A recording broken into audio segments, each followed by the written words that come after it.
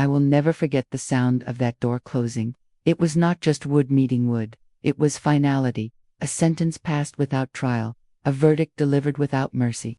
The lock clicked, a sharp metallic sound that pierced the night, and I knew in that moment I had been left on the other side, not just of the door, but of the life I had built.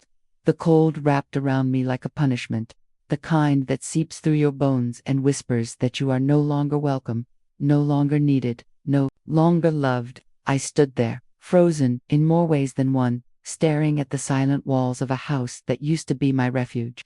The house where laughter once filled every corner. Now that same house had shut me out as if I were nothing but a stranger. The air burned my lungs with every breath. My hands trembled, not just from the biting wind but from disbelief. How could they do this to me? My own blood, my own family, the very people I had carried through storms, the ones I had protected when they were weak, the ones I had lifted when they could not stand. I pressed my palm against the door, feeling the vibrations of their voices inside, muffled but unmistakably careless, continuing as if my absence meant nothing. They didn't pause, they didn't wonder, they didn't care. The night stretched around me, cruel and vast. The moonlight revealed the frost on the steps, tiny crystals shimmering like shards of broken promises. I tried to steady my breathing, but my chest ached with a pain no medicine could cure. Betrayal, that was the word echoing in my mind, heavier than the cold air, sharper than the wind cutting across my skin. Betrayal doesn't always come with shouting. It can come with silence, with a locked door, with the absence of hands reaching out when you are falling. I thought of the nights I had sat by sick beds, whispering prayers for healing. I thought of the mornings I woke before dawn to prepare meals, to ensure no one in my family ever faced the day hungry. I thought of the sacrifices, the tears, the years, and now, all of it reduced to this moment, an old woman standing in the dark, shivering on a doorstep she once called her own. The cold was merciless, but it was the rejection that froze me from the inside out. There is a particular kind of silence that only comes from abandonment. It is not peaceful, it is not stilled, it is suffocating. I could hear my heart pounding, feel the sting of tears I refused to let fall. Pride kept them locked behind my eyes, but pain made them burn. I was not just outside of a house, I was outside of a life, outside of the love I had spent everything to give. And in that moment, the world divided into two truths. They had shut me out, and I had survived the first second of being unwanted. If this story already touched you in the first moments, leave a like now so more people can hear it. And if you don't want to miss the rest of stories like this, make sure you subscribe. It helps us bring more voices to light. The wind howled as if mocking me, rattling branches and sweeping across my face with icy fingers. My body shook, but it was my spirit that felt fractured. Yet somewhere deep inside, beneath the layers of hurt and humiliation, a spark flickered. I had been abandoned, yes, but I was still breathing. I was still standing. The cold had not claimed me yet, and neither had despair. And have you ever felt abandoned by the very people you trusted the most? Share it in the comments, because sometimes the moments that try to break us are the very ones that awaken the strength we never knew we had. My name is Ruth. I'm 75 years old, and once I was the heart of my family. I don't say that with arrogance. I say it with the certainty that comes from remembering what I used to be. I was the woman everyone turned to when the world grew heavy. I was the one who kept the house warm, who filled it with the smell of fresh bread and laughter, who could silence an argument with a glance and heal a wound with a touch. For decades, I held everyone together. I carried burdens that weren't mine. I poured love into people even when I was tired, and I kept the flame of family burning. Back then, respect wasn't something I demanded, it was something naturally given to me, because everyone knew I had earned it. There was a time when the sound of my name carried weight. Mom and Grandma weren't just titles. They were roles I wore with pride, roles that defined my days and nights. I wasn't simply present, I was essential. I was the reason holidays felt magical, the reason sickbeds felt less lonely, the reason no one ever doubted they belonged. The house pulsed with warmth because I breathed it into every corner. I was strong, I was respected, and even when life threw its storms, I was the anchor. But life changes. It has a way of peeling away everything you think is permanent. For me, that change came the day I lost my husband. He wasn't just my partner. He was the only person who truly saw me without judgment, without conditions. We had built a life together, brick by brick, laugh by laugh, tear by tear. When he passed, the silence in the house was unbearable. Rooms that once echoed with conversations suddenly felt hollow. I still set the table for 4 weeks after, unable to accept that my chair would always face emptiness. Losing him wasn't just losing a husband, it was losing the one person who reminded me daily that I was more than useful. I was loved. After his passing, my son insisted I move in with him and his family. At first I believed it was an act of love. "You won't be alone, Mom," he said. "You'll be with us, you'll be safe." Those words carried comfort in the moment, and I wanted to believe them. I thought perhaps this was how families healed, by closing ranks, by bringing generations under one roof. I packed my things slowly, carrying memories folded into boxes, photographs wrapped in towels, and pieces of my life tucked into bags. As I walked away from the home my husband and I had built, I told myself this was a new beginning, not an ending. For a while, it felt almost true. The children would come to my room with questions. My daughter-in-law would smile as I helped in the kitchen. My son would sit with me and talk about his day. It wasn't the same, but it was something. I tried to give without intruding, to help without overstepping, to make myself useful without taking up too much space. I thought if I poured myself into them the way I always had, the warmth would return. But slowly, the air shifted. The glances became sharper. My voice was interrupted more often. My suggestions were brushed aside with polite dismissals. The meals I once prepared became too much trouble. The hands that used to reach for mine grew distant. It wasn't sudden, it was gradual, like watching a flame flicker until it goes out, leaving only smoke. The house where I thought I would find safety turned colder than the one I left behind. Used to be the heart of my family, but now I felt like a shadow, clinging to the edges. The same hands that once clapped for me on birthdays now brushed me away when I offered help. The same eyes that once lit up when I walked into a room now rolled with impatience at my questions. And the worst part? It was all done with the kind of casual cruelty that leaves you wondering if maybe you're imagining it, maybe you're too sensitive, maybe you are, as they began to say in hushed tones, becoming a burden. The warmth I had given freely for decades had been replaced with a chill that no blanket could fix. I was living in a house filled with people, but I was lonelier than I had ever been in my life. It's strange how you can share a roof, share meals, share blood, and still feel like you don't belong. That's the cruelty of neglect. It doesn't shout, it whispers. It doesn't strike all at once. It seeps in, turning a home into a place where you are tolerated, not treasured. And yet, I remember who I was. I remember the strength in my hands when I kneaded dough for bread that fed everyone. I remember the power of my voice when I led songs in church. I remember the authority in my decisions when I guided my children through hard choices.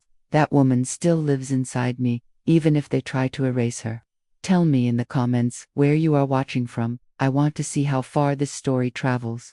It began with small things, the kind you almost convince yourself to ignore. A sigh when I entered the kitchen. A glance exchanged between Michael and Rachel when I asked a question.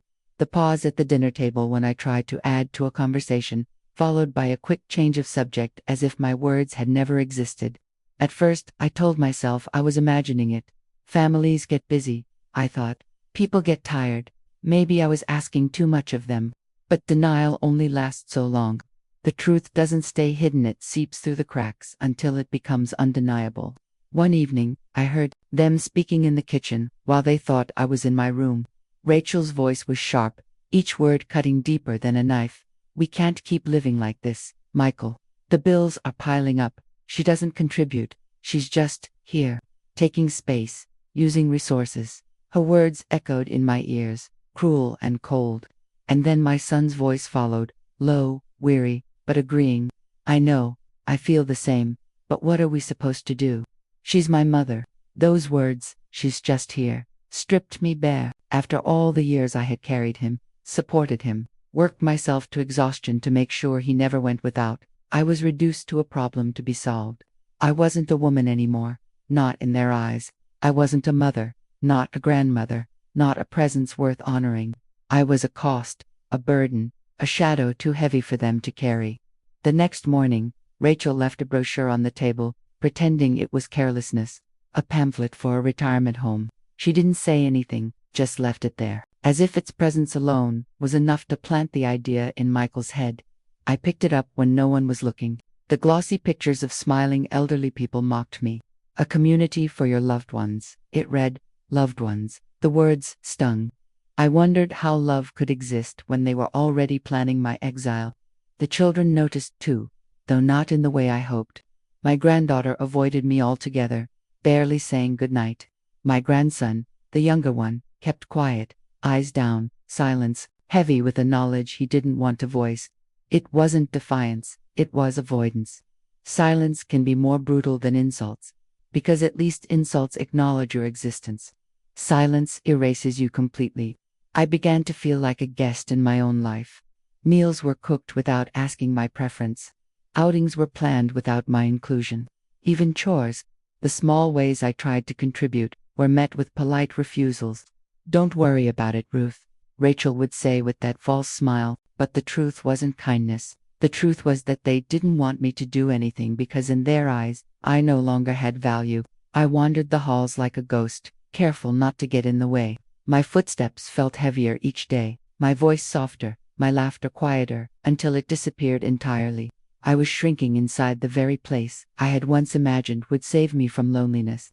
And in that shrinking, I realized something devastating. Invisibility isn't silence you choose, it's silence, forced upon you. At night, when the house was quiet, I would sit by the window and look out at the streetlights. I thought of the life I once lived, the woman I once was, and the respect I once commanded. Where had that woman gone? Was she still inside me, or had she been buried under their whispers and sighs? The worst part wasn't their words. The worst part was that, little by little, I began to believe them. Do you believe silence can wound deeper than harsh words? Tell me in the comments, because sometimes what people refuse to say cuts far more than anything they dare to speak aloud. It happened on a Sunday afternoon, the kind of day that used to be sacred in our family. Sundays were once the heartbeat of our home, long tables filled with food, voices overlapping in conversation, children laughing while I served plate after plate, making sure everyone had enough. Those days had vanished like smoke, replaced with a colder, sharper version of family gatherings. Still, I sat at the table that day, hoping maybe, just maybe, a trace of that old warmth would return. Instead, I found myself facing the sharpest wound of all. Rachel had invited a couple of neighbors over. I think she wanted to show off the house, to prove that she was the one running things now. The air was thick with the smell of roast chicken and forced politeness. I sat quietly at the end of the table, folding my hands in my lap, waiting for a place in the conversation that never came. Every time I tried to speak, someone cut me off. Every time I offered a memory or a story, Rachel rolled her eyes as though I were some relic taking up time. Then, it happened. My son, Michael, leaned back in his chair, talking about expenses with the neighbors. His voice was casual, but his words were like knives. "It's been hard, you know," he said, gesturing toward me as though I were a piece of furniture. "Taking care of her costs a lot, and she doesn't really contribute anymore. She just sits there." The room went silent for a split second, and then Rachel let out a sharp laugh. Emily, my granddaughter, giggled too, covering her mouth with her hand as if mocking me in secret but enjoying every second. The neighbors shifted uncomfortably, pretending to sip their drinks, but no one said a word. No one defended me. No one stopped him.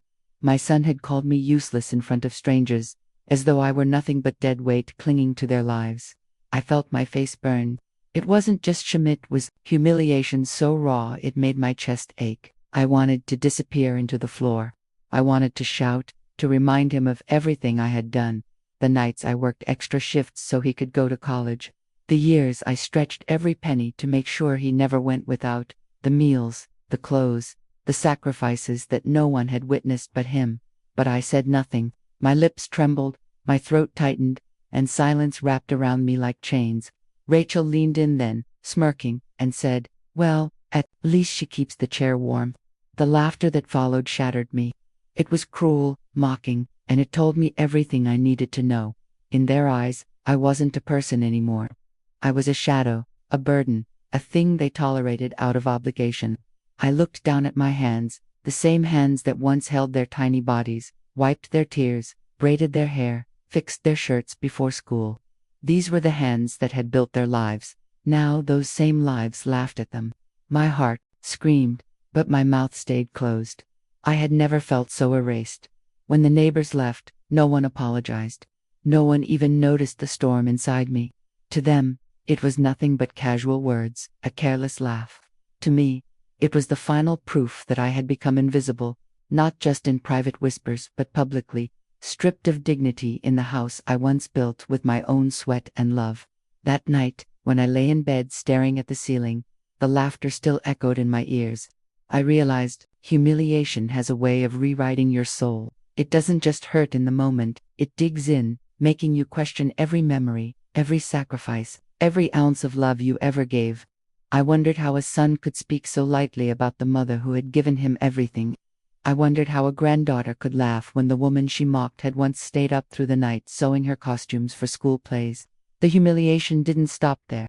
Over the next days, Rachel repeated the story to others, turning it into a joke. "She just sits there," she'd say, laughing, as if I couldn't hear. Emily echoed it too, imitating me by dragging her feet across the floor, making the others laugh. My son said nothing to stop them. His silence was agreement, his indifference louder than any insult. And I withdrew further. I stopped trying to join conversations. I stopped asking questions. I stopped expecting kindness. Humiliation is not just a wound, it is erasure. And that day, I felt erased. Not just as a mother, not just as a grandmother, but as a human being.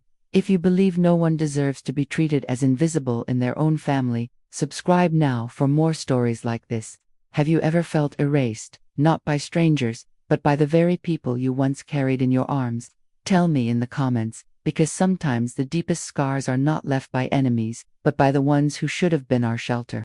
It was after that Sunday humiliation that something began to shift. Not in the whole family, they carried on, as if nothing had happened, but in the quiet eyes of my youngest grandson. Daniel was only 16, but there was a weight in his gaze that felt far older, as though he had been silently collecting every cruel word, every dismissive glance, every insult they thought went unnoticed. Unlike the others, he didn't laugh when they laughed. He didn't roll his eyes when I spoke. He didn't add to the silence that erased me. He simply watched, and in his silence, I felt a different kind of presence, one that saw me. One evening, I had skipped dinner. The humiliation from earlier that day had drained me of appetite. I stayed in my room, the light dim, the air heavy. My stomach growled, but I couldn't bear to sit at that table and face their eyes again. Then came a soft knock. Not Rachel's sharp, impatient tapping, not Michael's heavy-handed thud, but a gentle, hesitant knock. When I opened the door, Daniel stood there holding a plate. "You didn't eat," he said, quietly, his voice low but steady. "I saved this for you." On the plate was a piece of chicken, a small scoop of potatoes, and a slice of bread. Simple food, but it might as well have been a feast. I looked at him, my throat tightening, unsure whether to speak. He didn't wait for thanks. He just set the plate down and added, "Don't tell Mom. She'll say it's wasteful." Then he smiled, not the mocking kind I had grown used to, but a real smile, the kind I hadn't seen in so long. That night, for the first time in months, I ate without the taste of shame. The food was warm, but it was the gesture that fed me. He had noticed, he had cared enough to notice. And in that noticing, I began to feel the faint stirrings of hope. It didn't stop there. The next day, he came again, this time with an apple and a cookie wrapped in a napkin. "I thought you might want something sweet," he whispered, his eyes shining with a mixture of defiance and compassion. I laughed softly, a sound I thought had left me forever. "You're going to get in trouble," I warned. He shrugged. "Then let me." From then on, it became routine. Each evening, when the house settled and the others thought I was invisible, Daniel appeared. Sometimes with food, sometimes with stories from school, sometimes with nothing but his presence. He would sit on the edge of my bed, legs swinging, voice quiet but alive, filling my room with the warmth I had been starving for. He told me about his dreams, about wanting to write, about feeling out of place in his own family too. And in those moments, we were equals, not grandmother and grandson, but two souls clinging to each other in a house that had forgotten us both. The more time we spent together, the more he noticed the little cruelties the others thought went unseen. When Rachel snapped at me for moving too slowly, his jaw tightened. When Michael dismissed my words at the table, his fists clenched beneath the wood. When Emily mocked me with her friends, he turned away, disgust written all over his face. And then, later, he would come to me and whisper, "Don't listen to them. They don't see you, but I do." Those words healed more than any apology could. To be seen, to truly be seen after months of invisibility, was like breathing after being underwater too long. It was a reminder that I wasn't crazy, that I wasn't imagining the coldness. It was real, and so was his defiance against it. One night, he sat down with a notebook in his hands. "You should write your story," he told me. "People should know who you are, what you've done." I looked at him, tears stinging my eyes, because no one in that house had asked me anything about myself in years. They had erased my story, but here was Daniel, insisting it still mattered. And slowly, day by day, he gave me back pieces of myself: a plate of food, a kind word, a listening ear, small gestures. Yes, but they were bricks building a bridge back to my dignity. He reminded me that I was not useless, that my worth had not expired, that love still existed, even if it came from the youngest voice in the house. Hope is fragile when it first returns, like a flame trembling against the wind. But Daniel protected that flame. He shielded it with his kindness, his courage, his refusal to join in their cruelty. And for the first time in a long time, I felt that maybe I wasn't completely alone. Maybe, even in the coldest winters of betrayal, there is always one heart willing to keep you warm. Have you ever been defended by someone when you least expected it? Share your story in the comments, because sometimes the smallest acts of loyalty become the greatest proof of love. The turning point came on a night I will never forget. Dinner had been tense, as it often was. Rachel complained about bills. Michael muttered about responsibilities. Emily rolled her eyes at everything I said. The air felt heavy with disdain, every word a reminder that I was unwanted. I sat quietly, staring at my plate, pushing food around with my fork, trying not to let the tears spill. I had learned that silence was safer than speaking, because every time I spoke, it was dismissed. But that night, Daniel was watching. I could feel his eyes burning, not with pity, but with anger that was waiting to break free. Rachel sighed dramatically when I dropped my fork. "See? She can't even hold on to silverware anymore. This isn't normal, Michael. We can't keep this up." My heart froze. Michael didn't defend me. He just sighed, too, running his hand over his face as though I were a burden pressing him down. Then he said the words that nearly destroyed me. "Maybe Rachel's right. Maybe it's time we start making arrangements. This can't go on forever." Arrangements. The word felt like a death sentence. They weren't talking about helping me. They were talking about removing me, as if I were a piece of furniture to be discarded. I stared at my hands, trembling, feeling the heat of humiliation rising in my cheeks. And then, before I could collapse into silence again, Daniel slammed his fist on the table. The sound echoed through the room like thunder. "Enough," he said, his voice firm, shaking with emotion. Everyone turned to look at him, stunned. He had never raised his voice to his parents before. "Do you even hear yourselves? You're talking about her like she's nothing, like she's not even sitting right here. She's your mother, Dad. She's my grandmother. She's the reason this family even exists. And you treat her like garbage." The room fell silent. Michael's face turned red with anger. Rachel opened her mouth to protest, but Daniel cut her off. "No, you don't get to talk right now. I've heard enough of your jokes, your whispers, your cruel laughter. I've seen you roll your eyes every time she speaks, and I'm done with it. She's not invisible. She's not useless. She's the strongest person in this house, and you're too blind to see it." I couldn't breathe. My heart pounded as I watched my grandson stand taller than I had ever seen him. His voice didn't waver, not even when Michael tried to interrupt. "Don't, Dad, don't even try. I've been recording everything." He pulled his phone from his pocket and placed it on the table. My chest tightened. He pressed play, and suddenly Rachel's voice filled the room. "She's just taking up space. We should put her away and sell the house." Then Michael's voice followed, tired but agreeing. "Maybe it's time. She's not who she used to be." The words cut me again, but this time, they weren't knives. They were evidence. They were truth laid bare. Rachel's face drained of color. Michael's jaw clenched. Emily's eyes darted nervously between them. Daniel looked at me, his expression fierce but soft. "You don't have to fight anymore, Grandma. I'll fight for you." Tears spilled from my eyes, hot and unstoppable. For the first time in years, I felt something I thought had been lost forever. I felt defended. My voice, which had been stolen, was suddenly alive again through his courage was my courage, his anger was my shield, his love was my restoration. Michael slammed his hand on the table, but his voice cracked when he spoke. Daniel, you don't understand. No, Daniel interrupted, his tone sharp as steel. I understand perfectly. I understand that you've forgotten everything she's done for you. I understand that you've convinced yourselves she doesn't matter, but she does. She matters more than any of you realize. And if you think you can erase her, you'll have to erase me too. The room erupted then. Rachel snapped. Emily muttered excuses. Michael shouted, but none of it mattered. Daniel's voice rose above it all, steady and unbroken. And I sat there, trembling. But, for the first time in so long, I wasn't trembling from fear. I was trembling from the weight of justice, from the fire of dignity returning to my chest. I realized then that sometimes it doesn't take an army to give you back your worth. Sometimes it takes one voice, one brave soul who refuses to stay silent.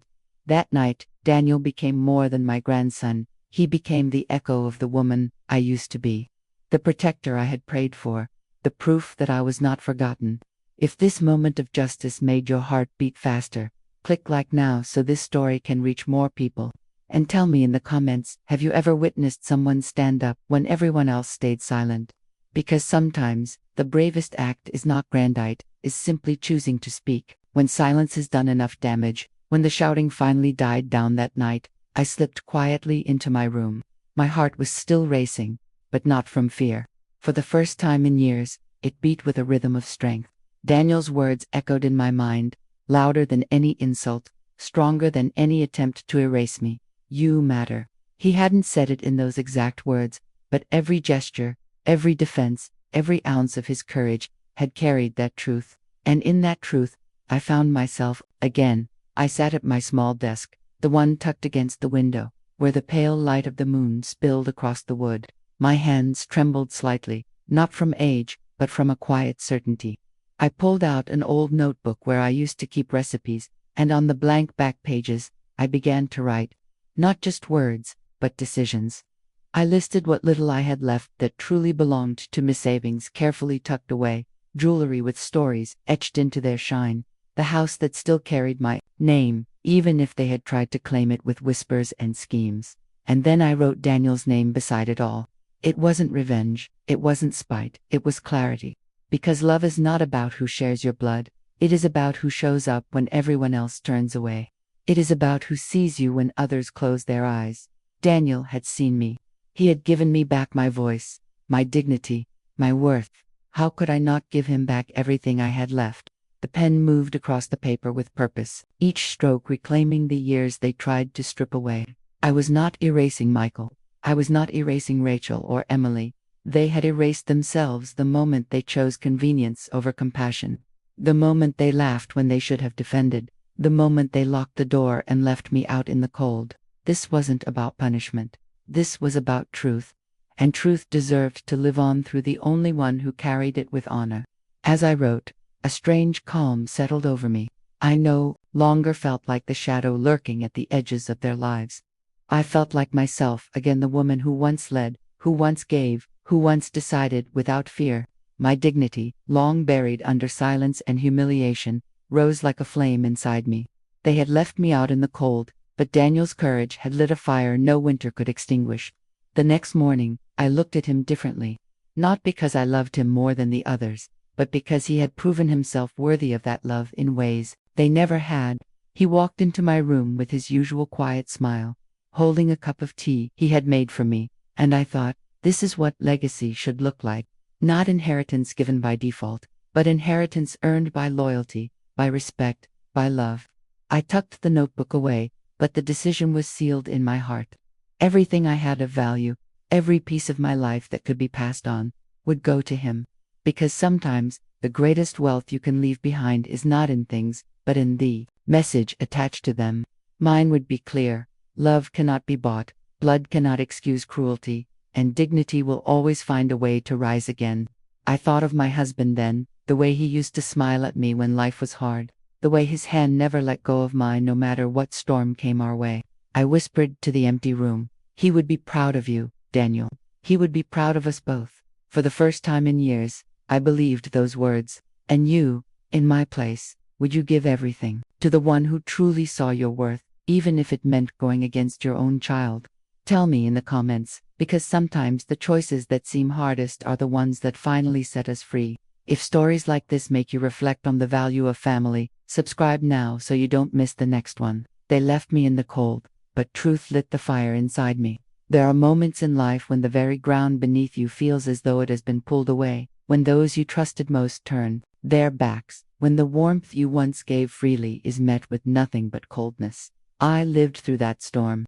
I walked through the valley of humiliation, through nights filled with silence and days where even my own name felt like a burden on their lips. But in that darkness, something unexpected happened. A single light appeared, not from the ones I had poured my life into, but from the youngest among them. My grandson reminded me that God never leaves us without a witness, never leaves us without a reason to rise again. It is in betrayal that we learn the weight of loyalty. It is in rejection that we learn the depth of love. And it is in silence that we discover the power of one voice willing to break it. Daniel's courage was not just his own. It was an answer to prayers I had whispered in the quietest hours. I used to wonder if God still heard me, if my tears reached him, or if I had become invisible to heaven the way I had become invisible in my own home. But through Daniel, I learned that heaven always hears. Sometimes the answer comes softly, through the compassion of a child who refuses to let you fade away. Faith is not built in comfort. Faith is born in the fire, when you are stripped of everything you thought you could depend on. I lost the respect of those I raised. I lost the comfort of being welcomed, but I never lost the truth. And truth, when it finally finds its voice, can never be silenced again. My story is proof that dignity can be buried, but it cannot be destroyed, that betrayal can wound, but it cannot define, and that love, true love, will always rise when everything else falls. If you are listening to this, know this: your worth is not measured by how others treat you. It is not measured by whether they notice your sacrifices or applaud your presence. Your worth is written by the one who gave you breath, by the resilience that refuses to break, by the love you still carry even when it is not returned. You can lose the approval of men and still walk with the favor of God. And sometimes that is enough to change everything. I found peace not because my circumstances changed, but because I remembered who I am. I am not a burden. I am not invisible. I am a woman who gave, who loved, who survived. They left me in the cold, but they could not take the fire from within me. And that fire still burns. Maybe you, too, have been overlooked. Maybe you have been pushed aside, ignored, silenced in the very place you should have been celebrated. If so, let my story remind you that your life is not over, your story is not finished, and your voice still matters. You are not forgotten, you are not erased. Sometimes the world tries to write your ending, but only you and the God who made you hold the pen. If this story touched you, let it be a reminder that we rise again, not in the applause of crowds, but in the quiet recognition of our worth. We rise when we choose to stand, when we choose to believe, when we choose to pass on what is left of us to those who truly honor it. And no betrayal, no silence, no cold door can take that away. If this moment of faith and justice has spoken to your heart, leave a like now and subscribe to the channel. Your support helps these stories reach further and touch lives that may need them most. And stay with us, because in the next video we reveal a story that will test the limits of love and betray a mother, uncovers a lie that was hidden for 30 years. You will not want to miss.